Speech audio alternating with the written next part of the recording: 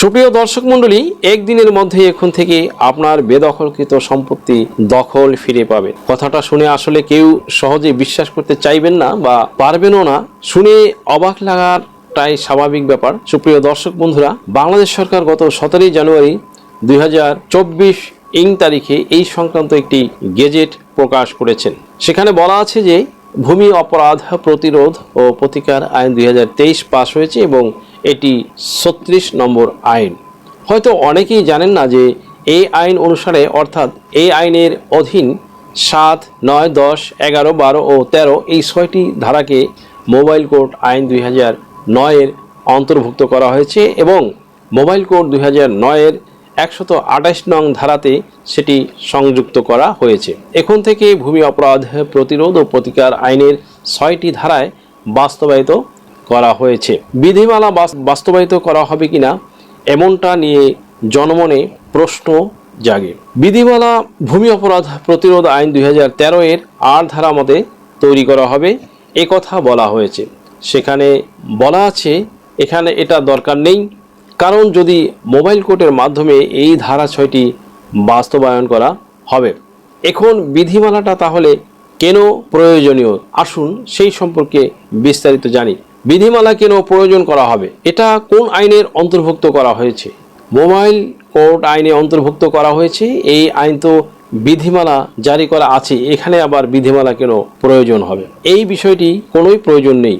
যেহেতু mobile court আইন 2009 এর বিধিমালা তৈরি করা আছে, আর তাছাড়া এই 6টি ধারাও এই আইনের অন্তর্ভুক্ত, তাই নতুন করে আর কোনো বিধিমালা তৈরি করার প্রয়োজন নেই। ভূমি অপরাধ প্রতিরোধ ও প্রতিকার আইন 2023 এর 6টি ধারা যথাক্রমে 7, 9, 10, 11, 12 ও 13 বাস্তবায়ন করতে মোবাইল কোর্ট আইনের বিধিমালা প্রস্তুত করার কোনো দরকার নেই। সুপ্রিয় দর্শক মণ্ডলী, কারণ বিধিমালা রীতিমতো প্রস্তুত করাই আছে এবং সেই বিধিমালা দ্বারা মোবাইল কোর্ট আইন পরিচালিত হচ্ছে।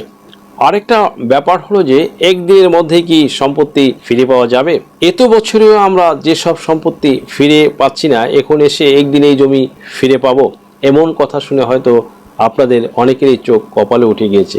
সুপ্রিয় দর্শক মণ্ডলী, এখন প্রশ্ন হচ্ছে যে সম্পত্তিটি সত্যি সত্যি আপনার কিনা। আচমকাই আপনি একটি মামলা দায়ের করে দিলেন কিংবা এসসি ল্যান্ড মহোদয় বরাবর দরখাস্ত করে বলে বসলেন যে আপনার সম্পত্তি এটা, আপনার ভূমি এটা, আপনার জমি এটা। এমনটি কিন্তু আর সম্ভব হবে না বন্ধুরা। এক্ষেত্রে এটা তারা বিচার বিশ্লেষণ করবে, কোর্টের রায় ডিক্রি বা সিদ্ধান্ত আছে কিনা, স্ট্যাটাস কো আছে কিনা বা কোনো নিষেধাজ্ঞা দিয়ে আছে কিনা, এসব কিছু বিচার বিশ্লেষণ করে যদি তারা দেখেন যে এগুলো আপনার পক্ষেই যাচ্ছে, রেকর্ড আপনার পক্ষে, তখন সব বিষয় বিচার বিশ্লেষণ করে যখন দেখবে যে জমি আপনার কিন্তু দখল ছাড়ছে না, সেক্ষেত্রে মোবাইল কোর্ট আপনাকে সাহায্য করবে। এখন কিন্তু অন দ্য স্পট মোবাইল কোর্টের মাধ্যমে বিচার করা হয়, ক্ষতিপূরণ জরিমানা করা হয়, জেলেও পাঠানো হয় এবং ভূমি অপরাধ প্রতিরোধ প্রতিকার আইন 2023 এই আইনে বলা আছে যে সেক্ষেত্রে তারা সরাসরি দখল ফিরে দিবে। এটা কিন্তু 8 ধারার অধীনে, এটি কিন্তু বিধিমালার ব্যাপার আছে। কিন্তু মোবাইল কোর্টের অধীনে যে কয়টি আইন আনা হলো তন্মধ্যে 7 ধারায় অবৈধ দখল, 9 নং ধারায় আছে যে দলিল হয়ে গেছে কিন্তু আপনাকে হয়তো দখল দিচ্ছে না। এক্ষেত্রে এসসি ল্যান্ড মহোদয় যদি দেখে যে বা বিজ্ঞ নির্বাহী অফিসার যদি দেখেন যে আপনাকে দলিল করে দিয়েছে কিন্তু দখল দিচ্ছে না, অথবা বায়নানামা হয়ে গেছে, সমস্ত কাজ হয়ে গেছে, তবুও দলিল দিচ্ছে না, এক্ষেত্রে কিন্তু আপনি মোবাইল কোর্টে প্রতিকার চেয়ে রেমেডি পেতে পারেন।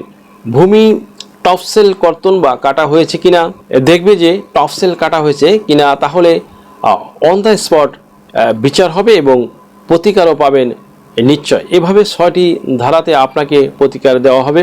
আবার আছে সরকারি সম্পত্তি, সেটা পাবলিক ব্যবহার করুক বা না করুক, যদি অবৈধ দখল করা হয় বা জনগণের সম্পত্তি, জনস্বার্থে ব্যবহৃত সম্পত্তি যেমন রয়েছে খেলার মাঠ, তার মধ্যে খেলার মাঠ, পুকুর, ঈদগাহ, শ্মশান ও বা মন্দির, মসজিদ, গির্জা, প্যাগোডা, এগুলো যদি পাবলিক দখল করে নেয়, ওয়াকফ সম্পত্তি, দেবোত্তর সম্পত্তি যদি পাবলিক দখল করে নেয়, ওয়াকফ সম্পত্তি, দেবত্ব সম্পত্তি যদি পাবলিক জোরপূর্বকভাবে দখল করে নেয়, তবে কিন্তু অন দ্য স্পট বিচার করা হবে মোবাইল কোর্টের আইনের আওতায়। সুপ্রিয় দর্শক মণ্ডলী, তাহলে আমরা আলোচনার বিষয়বস্তু এবং আলোচনার টাইটেল থেকে এটাই নিশ্চিতভাবে বলতে পারি যে একদিনের মধ্যেই বেদখলকৃত সম্পত্তি দখল ফিরে পাওয়া সম্ভব।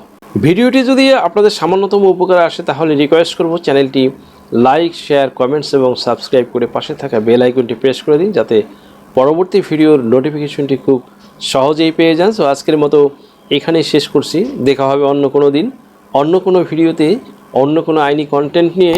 সেই পর্যন্ত সকলে ভালো থাকুন, সুস্থ থাকুন, নিরাপদে থাকুন। আবারও সবাইকে ধন্যবাদ জানিয়ে এখানেই শেষ করছি।